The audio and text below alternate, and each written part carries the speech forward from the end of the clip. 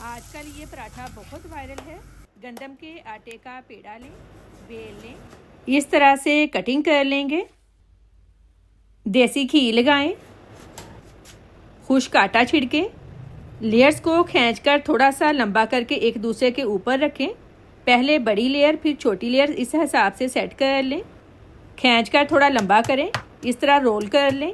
Comment करके बताएं किस कंट्री से मेरी वीडियो देख रहे हैं। पेड़े को 2 मिनट के लिए रेस्ट दें। रेस्ट देकर बेलेंगे तो लेयर्स वाला पराठा आसानी से बेला जाएगा। बेल लें। ये पराठा इतने मज़े का बनता है कि रोज़ नाश्ते में यही पराठा आप लोगों के घर में बना करेगा। तवे पर डालेंगे, साइड चेंज करके देसी घी लगा लें, दूसरी साइड पर भी लगाएंगे। जब एक साइड पक जाए फ्लेम लो कर लें। अंडा, हस्बे जायका प्याज, टमाटर, फ्रेश धनिया, सब्ज़ मिर्च, नमक, काली मिर्च, क्रश चिली डालकर मिक्स करके पूरे पराठे पर फैला लें।